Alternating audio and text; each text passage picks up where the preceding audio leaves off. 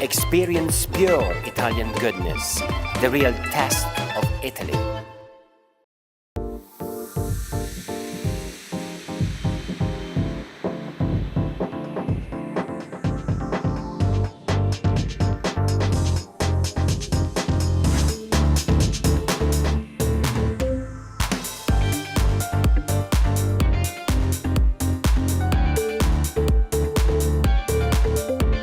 Italian lifestyle, Italian design, Italian culture in London.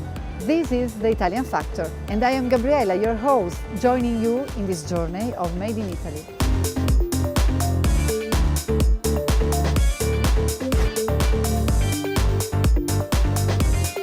Italian style. Quite fashionable. Very chic.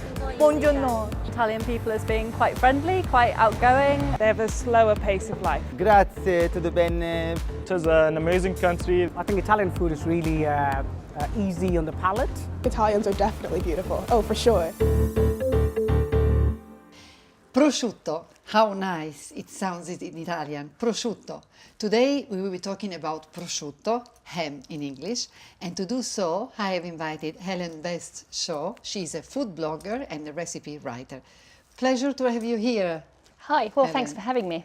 So you have a blog with a very particular title, fussfreeflavors.com. What it is about? It's all about easy recipes that you'll make again. I think to eat well is to live well, and I think that's something we can sometimes lose sight of here in the UK. Today, you know, we are talking about prosciutto crudo. Do you like it? I love it, yes. Absolutely love prosciutto. Prosciutto. I love prosciutto. In fact, I've patented a prosciutto sandwich called the Ive Ham. Okay? Here comes the complicated part. So, watch carefully. You take out the cheese and the onion and the salad and the tomatoes, and then finally the bread and the oil, and what you're left with is the meat, and the recipe is complete. Well, I've not convinced you, have I? Well, here are some fun facts about pork in general. The pig is a sign in the Chinese zodiac, and although that may sound bad, people born in the year of the pig are gallant, scrupulous, trustworthy, and artistic. Isn't that lovely? There are lots of cold cuts, especially Italian cold cuts. They are masters at making them. An Italian sausage has won no less than 41 European awards. To name a few, we have Sopressata di Calabria, Capocola di Calabria, Pancetta Piacentina, Coppa Piacentina, Salami Brianza, Calatello di Zebello, and Prosciutto di San Daniele. I tell you, just reading them out is making me hungry. The word prosciutto comes from the Latin pro, which means before, and exuctus, which means dried. So, pre-dried. See, now you can talk to your other half at home in Latin. Mildred, carpe diem. Two of the main prosciutto crudo lovers are Julius Caesar and Christopher Columbus. You know why? Because salty food keeps better and for longer. So it worked well for Caesar while he was at war, and for Christopher Columbus on his voyage to America. I'm just telling you this in case you feel like waging a war on someone or discovering a new continent. This stuff comes in handy. A lot of different types of ham exist in the world. For example, in Europe, we have the French jambon, the Spanish jamón, and the Italian prosciutto. What is the main difference between them? I think that people have been making ham as long as the pig has been domesticated for. There are so many different breeds of pig, they live in different places, they're fed different foods, the ham's cured in different environments. Of course, they're all going to be very different. And if you have to describe the Italian prosciutto crudo to someone who has never tasted it before, what would you say? Magical. It's sweet, it's meaty, there's a hint of umami, it's soft, it's just magical. You have to experience it. Ladies and gentlemen, welcome back to the Unescapable Quiz, hosted by me, Ivan Berry, where we talk to some unlucky Londoners about prosciutto, cold cuts, and sandwiches. Are you ready? Let's go. In Italy, there is a tradition to name cold cuts after their original creators. True. True. Why not? False. Well, I don't know. True. True. True. True. False. Well, at least it's not a tradition. But there are a lot of cities named after cold cuts, like the Milan salami, the Napoli salami, and the Bologna, which is a pretty fat cut of meat. And it's no coincidence that the Italian called the city of Bologna itself La Grassa, which in English means the fat. Sandwiches are the most popular food in America. That's true. Just like here. True. True. False. Sandwiches, cheese sandwiches, tuna sandwiches, there's a big variety. False. True. False. True. True. The US sandwich market is worth $121 billion, and they make them with everything. Cheese, cold cuts, meat, fish, even fruit. Fruit! And people say the British are bad. Prosciutto was invented around the 6th and 5th century BC. Well, I think so. It's true. Because False. True. you've given the date, so I'm sure. True. False. False. False. False. False. False. No, false. False. Actually, not true. True. Prosciutto was probably invented by the Etruscans in the 6th and 5th century BC, and it was even loved by the Romans, who named a street after it. Panis Sperna. Panis meaning bread, perna meaning pig's leg. It's like us Londoners naming a street after fish and chips. Fish and chip street. I like that. We Italians love prosciutto crudo also because it is so easy and versatile. It's great on its own, but also easy to pair with other foods. What pairings would you suggest with fruit and cheese? I think firstly, keep it simple. You want a good glass of wine or perhaps a glass of Prosecco. It helps it go down better. Maybe a few slivers of Grano, maybe a few slivers of Padano, a fresh ricotta, or some marinated mushrooms. And amongst the thousands of recipe possibilities to put together with prosciutto crudo di San Daniele, which one would you suggest? I think keep it simple. Of course, it's excellent enjoyed by itself, but how about putting it with some English muffins, some hollandaise in a twist on eggs Benedict? Or maybe just serve a few slices on top of a bowl of panzanella. Experts say the important thing is to not make the prosciutto recipe too messy and especially to not cook it. Could you explain why? Absolutely never cook your prosciutto. It will ruin the taste, it will ruin the flavour. Andrea. Hi, Ivan. Hey, how you doing, man? You all right? Very good, thanks. Very good. So you are the chef here at Gotto, and we're going to be cooking something pretty special today, is that right? Yes, we're gonna cook San Daniele ham with fig tart and goat cheese, truffle goat cheese. That sounds pretty great. We start with some lovely figs from Italy. So we just slice in three. In the meantime, I'm rolling the puff pastry for the tart.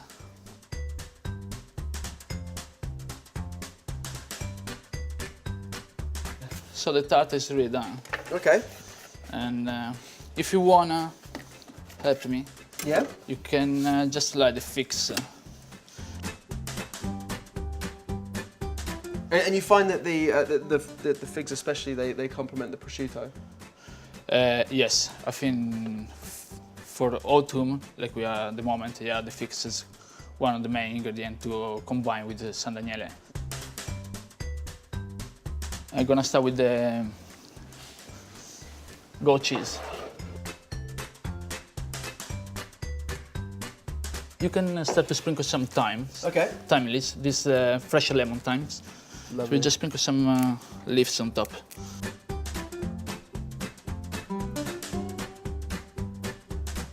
So we're using salt to give us a little bit of saltiness. We use honey as well to give it the sweetness. So honey, figs, San Daniele, goat cheese, it's go really perfect together. For the last bit, we just put some egg on the corner.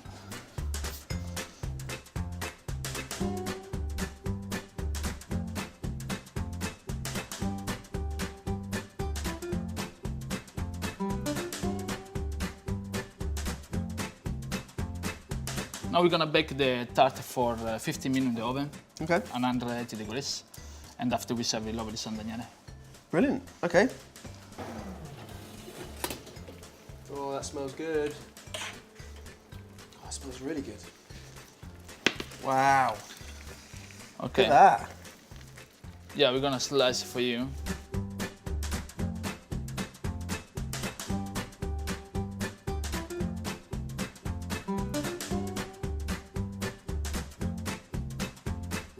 And then now we're gonna slice some lovely prosciutto di San Daniele.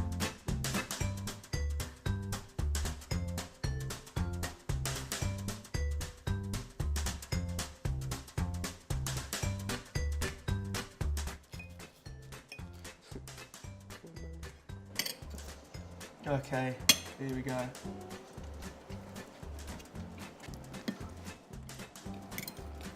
Yeah, that's good. That's really good, right? Yeah, thanks. Well, listen, thank you so much for teaching me.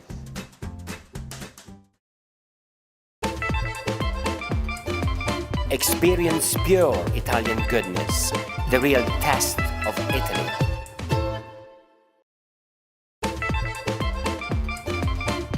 Experience pure Italian goodness, the real test of Italy.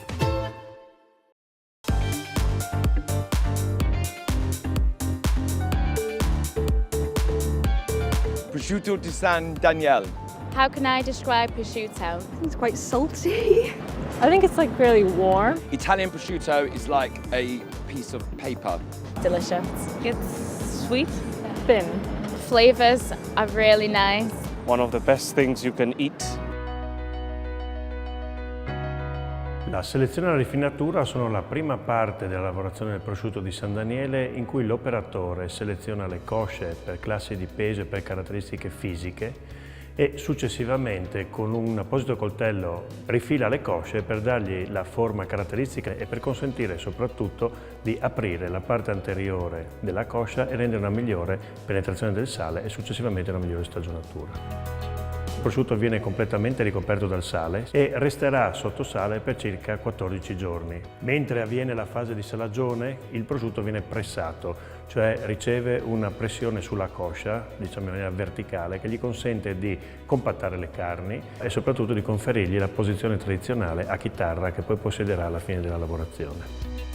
Il riposo dura circa 120 giorni e è un periodo nel quale il prosciutto viene posto in maniera verticale sulle apposite spalliere e rimane in celle appositamente climatizzate con una temperatura molto bassa, siamo poco sopra gli 0 gradi, e un'alta umidità. Al termine della fase di riposo i prosciutti vengono lavati e spazzolati. L'acqua utilizzata in questo lavaggio, intorno ai 40 gradi centigradi, serve per rivitalizzare la coscia facendola iniziare il periodo di fermentazione. Quando quindi la fermentazione è ripartita inizia la lunga fase di stagionatura che dura circa 7-8 mesi.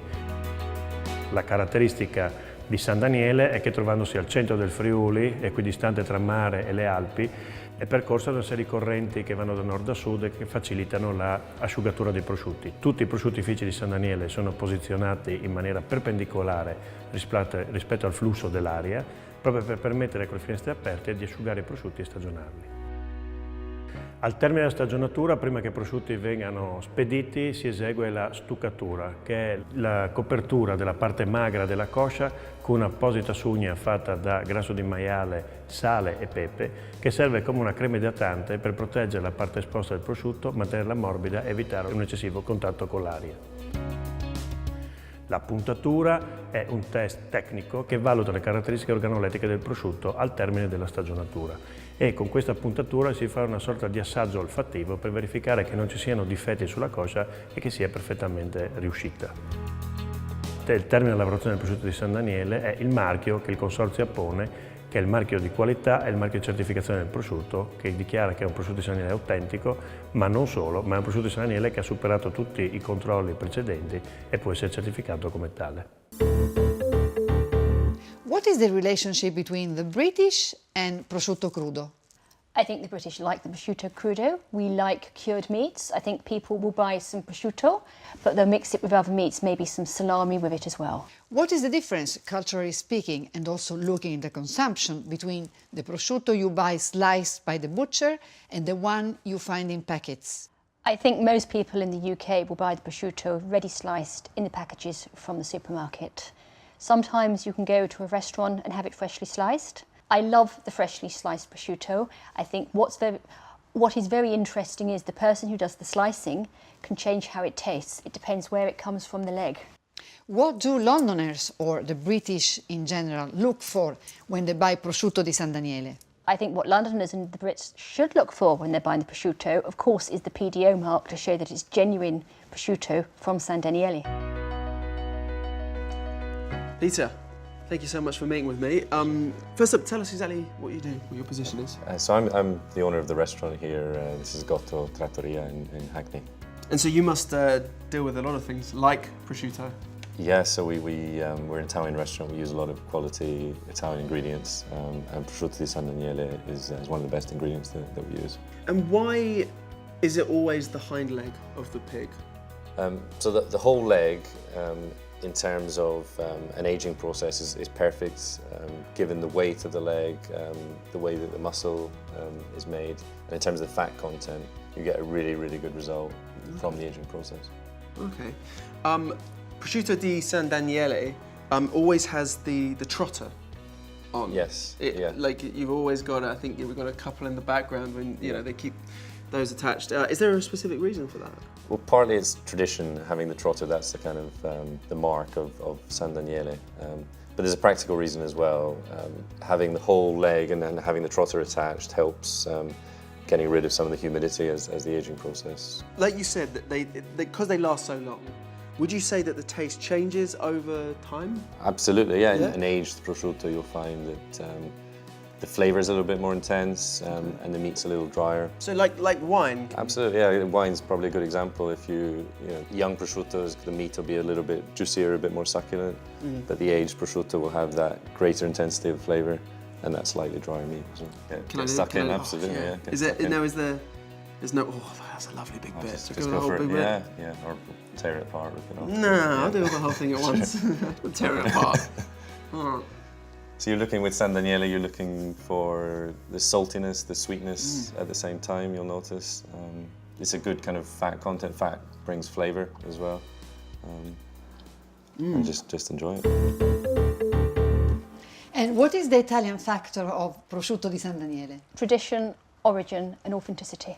Prosciutto di San Daniele is only produced in certain areas which you have visited.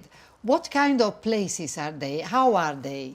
San Daniele is a beautiful old town. It sits on the foothills of the mountains, halfway between the mountains and the sea, with winding streets, cobbled streets. It's full of treasures. There are fresco churches. There's one of the oldest lending libraries in the world, full of old ancient books. And then just outside the town are the prosciutto factories, where the ham is made and where it hangs to mature. La storia del prosciutto di San Daniele è millenaria, risale ai tempi romani. Il Friuli era una terra di accampamenti romani e si ha testimonianza di norcini che lavoravano le cosce e le salavano per le legioni che accampavano qua. Il Consorzio Prosciutto di San Daniele è il consorzio dei salumi più vecchio in Italia, più di 50 anni di storia. Nasce dall'idea di fare squadra per tutelare il marchio, regolamentare tutti i passaggi produttivi per conferire al prodotto caratteristiche uniformi e soprattutto per raggiungere una base qualitativa omogenea e riconoscibile sul mercato. Per riconoscere un vero prosciutto di San Daniele si devono considerare tre cose. La prima, il marchio, lo trovate sulla cotenna, e la seconda è che se è intero colosso deve avere lo zampino, quindi rappresenta l'arto intero del maiale. Il terzo, dobbiamo essere intenditori, e di solito quello più buono è quello che assaggiamo ed è quello di San Daniele. Il prosciutto di San Daniele è una denominazione di origine protetta tutelata dall'Unione Europea fin dal 1992. Quindi quando un prosciutto riceve il marchio DOP prosciutto di San Daniele, assicura al consumatore le caratteristiche di produzione e la qualità che avrà il prodotto. Le caratteristiche particolari della nostra città fanno sì che ci sia un microclima unico e ripetibile che fa sì che si possa trasformare il prosciutto qua e non altrove. Per fare il prosciutto di San Daniele non si usano ingredienti o conservanti, si usa solo la carne di suino italiano e il sale marino, nient'altro. Il prosciutto di San Daniele ha il suo Italian Factor perché rappresenta anche lui uno stile di vita, la tradizione, la qualità, il cibo che è antico e rimane ancora in uso nei tempi moderni perché non solo è buono, è fatto bene, ma soprattutto fa bene. We are coming now to the end of our talk, but before we say goodbye, we would like to carry out a little test to see how Italian our guests are. First of all, do you feel Italian? I like Italian food. I'm wearing an Italian scarf and I go skiing in Italy. So if you're ready, we begin. And you have repeat this tongue twister after me. It's very difficult, also for Italians, but I will go very slowly. Sul tagliere, taglia l'aglio. Tagliare. Non tagliare, non tagliare. la tovaglia, la tovaglia. La tovaglia, la tovaglia. Non è aglio, non è aglio. E tagliarla, e tagliarla. È un grave sbaglio. È un grave sbaglio. This one was really, really bad. Too difficult for us Italians too. Which in English means cut garlic on the cutting board. Don't cut the tablecloth. The tablecloth isn't garlic, and cutting, it's a great mistake. No nonsense at all. Nonsense. So thank you, Ellen. And one last thing. Generally speaking, what do you think the Italian factory is in general? I think quality hand in hand with simplicity. Thank you so much. And as for us, there is still lots to discover about the best of Italian style in London. And remember, if you don't know what makes something special, it's the Italian factor. See you soon. Ciao.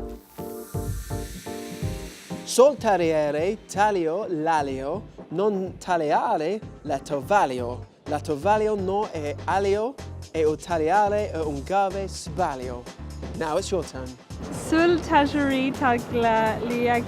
Non tagliare la tovaglia. Sul tagliare, taglia la taglia. Sul tagliaglio. Non tagliare la tovaglia. Non tagliare la tovaglia. La tovaglia non è aglio. La tovaglia non è aglio. La tovaglia non è l'aglio. E la tagliare è un grave. Tagliarla è un grave sbaglio.